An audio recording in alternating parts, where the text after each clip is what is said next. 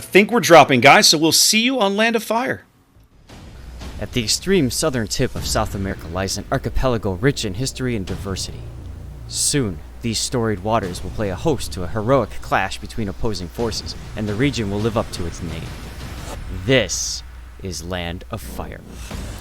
Land of Fire is a 48 by 48 kilometer domination style map with 3 cap points running in a line from east to west. The A cap is on the left, B is in the center, and C is on the right. To the west, the island in the center of Capture Area A makes it a challenging cap to acquire early. Teams commonly park a radar cruiser in the cap to push away enemy destroyers while preventing either team from capturing the zone. Cap B in the center is wide open with plenty of ways in and out, and is initially the purview of competing destroyers. If combat shifts to an east-west axis, it's common to see some spectacular mid- and late-game pushes through the center of the map.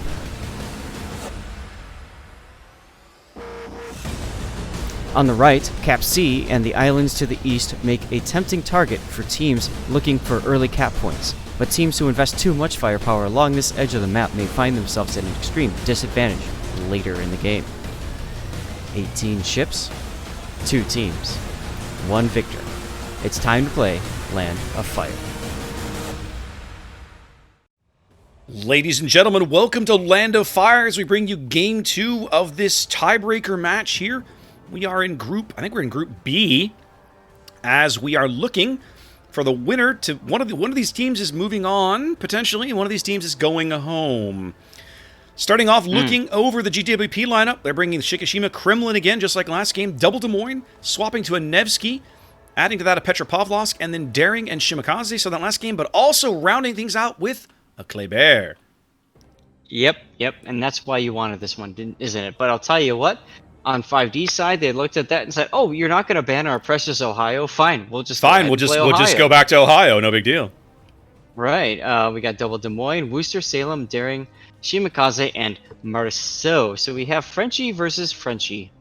It'll be interesting to see because both French destroyers now working the middle of the board. The Marceau has the speed to go to whatever cap it wants, and for some reason they've opted to go to the middle cap, which I find, I don't know, that feels I think highly questionable this quickly. Sure, I think it's a function of just the spawn locations. He spawned in the middle, he went to the middle cap, that's it. Maybe. Other than this Marceau, 5D going for a very traditional AC split, you see something similar out of GGWP, except they're keeping the Kleber playing about 2 or 3 clicks behind the Shimakaze, waiting for the Shimakaze to spot something.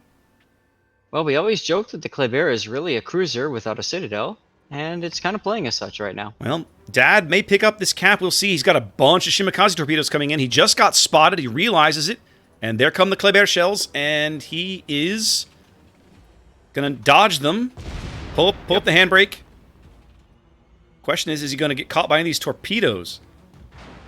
Well, it's going to definitely run him off the cap. It does run him off the cap. He's going to turn off because he knows that their Shimakaze is detecting him. He knows something. He knows something is detecting him. He is going to turn back to the north, but he should probably be okay. He's the speed to outrun all these torpedoes easily. Most likely, but he's in luck chuck mode right now. And luck chuck mode could get him torpedoed. Nah, he's fine. Nah, he's got plenty of room. It was always kind of a gamble, right? Like he can't outspot the Shima in the sense that the Shima will always see him first. It just feels like the Marceau might have been a better play swinging it wide, kind of like they did last game, right? Or we saw them do in that Northern Waters game, right? Like they swung it super wide and picked up a cap with it very quickly, and then they held that cap for like forever. Sure. The other alternative could have been to move up the Des Moines Squarius up to that island north of B. It's a risky position, but that gives you radar control that allows you to get into B and resolve that Shimakaze issue. Speaking of resolving, look at Zeka once again, dodging torpedoes. Now with Zeka and the Kleber back leaving B, it looks as if Dad is going to just sail back in there again. And why not? Why not? I mean, there's no reason not to. They have no way to spot him. Nothing they can do about it. Actually, looks like he's going to reverse in.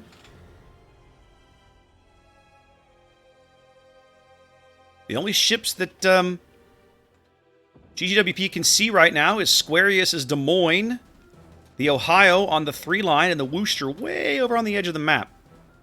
Yep. They have done a great job picking up...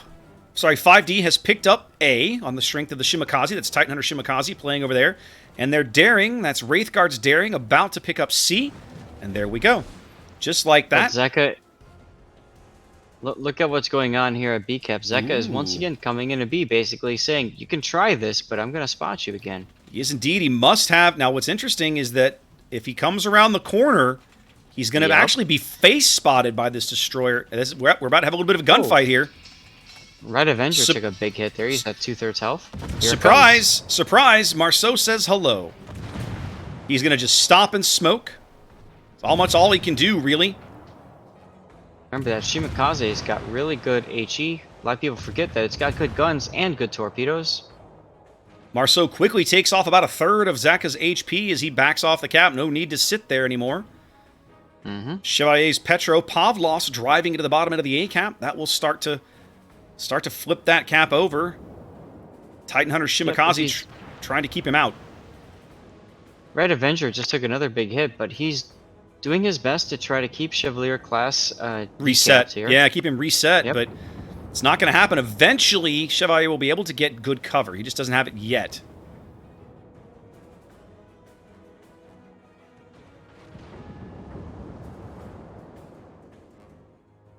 Somebody's asking on stream who the narrator of that last of the intro video was. I have no idea. Who was that guy, Zath?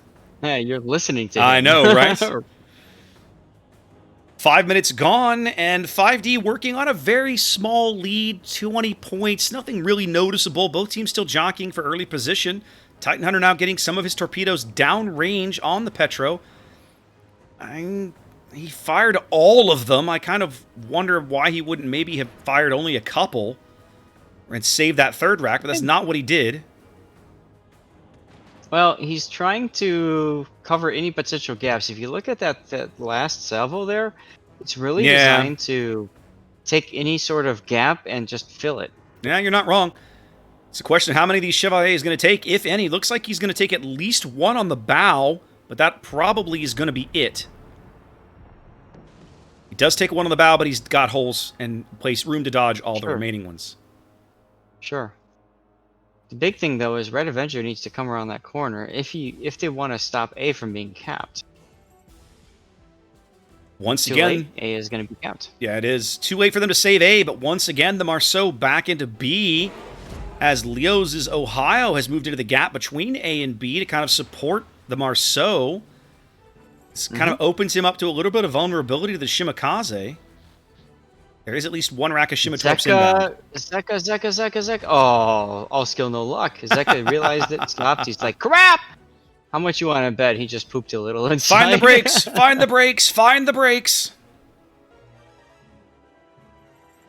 Very close between these two teams right now. 25 points or so.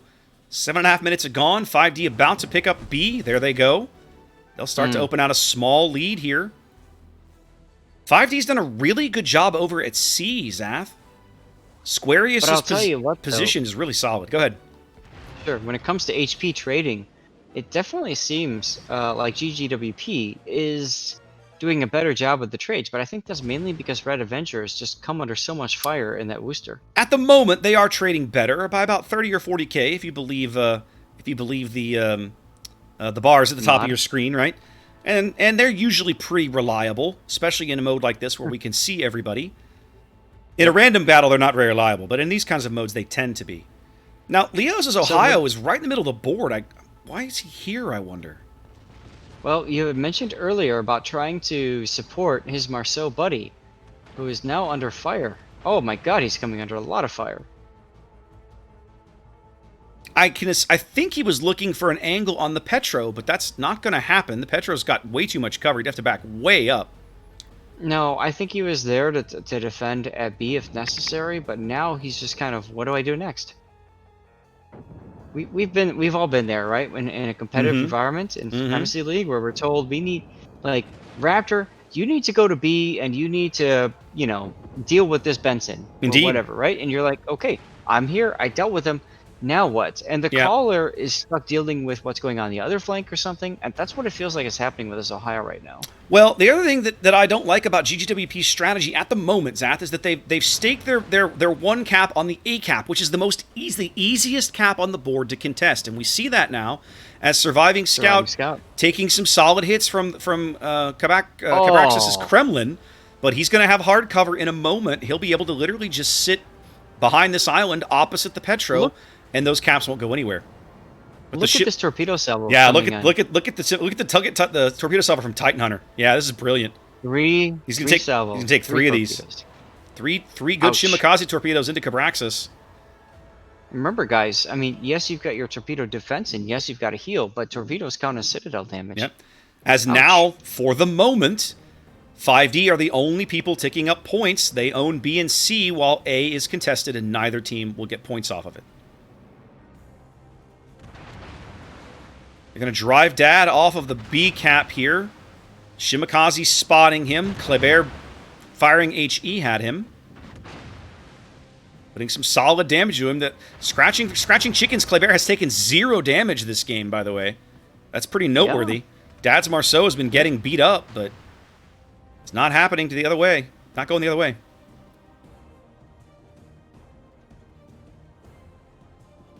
Things remain status quo at C, although CHS is trying to reverse onto the cap here. It looks like, is he? Yeah, he's trying. Just taking him a while. Yep.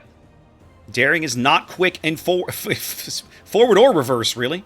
It's just not what she does. Speed is not her thing, although Red Avenger just got slapped by something. Goodness. I was just going to mention, he's a sliver away from death right now. He basically has to go dark and preserve those points for his team. He can't afford to get spotted right now. And he is not spotted right now. I hear he's healing. That's good.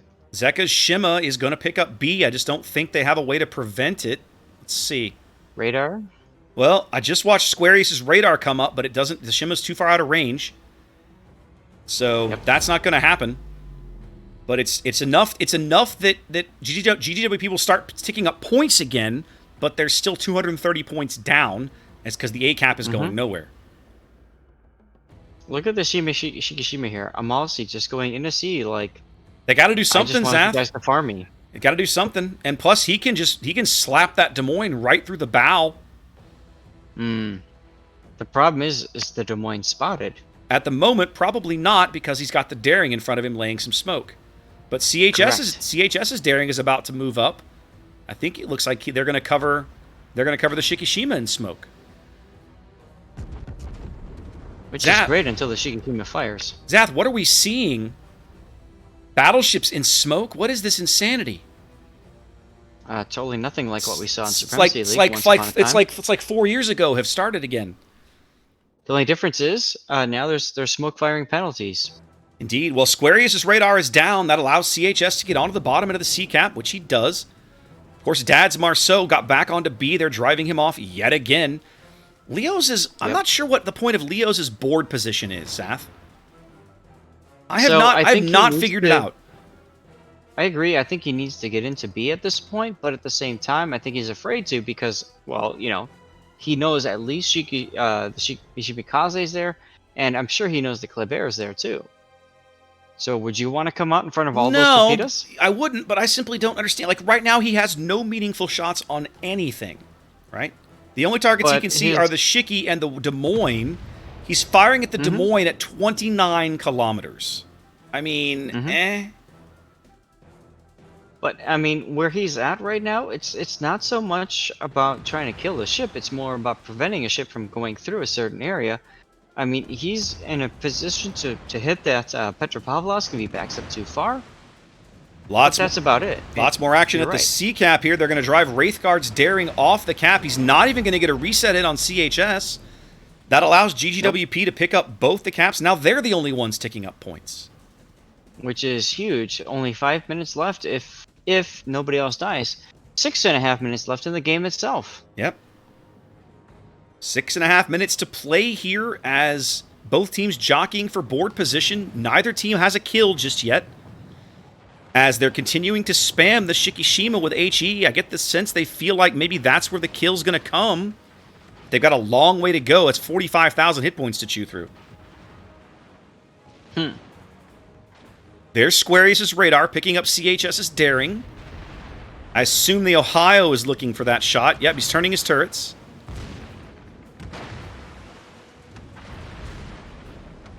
Velociraptor is definitely in a bit of trouble. He's on 20k and burning. Wraithguard's Daring has found a nice spot where he's able to shell the Shikishima from over the island without taking any fire in return, but I think they're going to get Raptor. Oh, they are. Is that like they're going to get you? Nah, different Raptor, but there's just too many ships firing at him.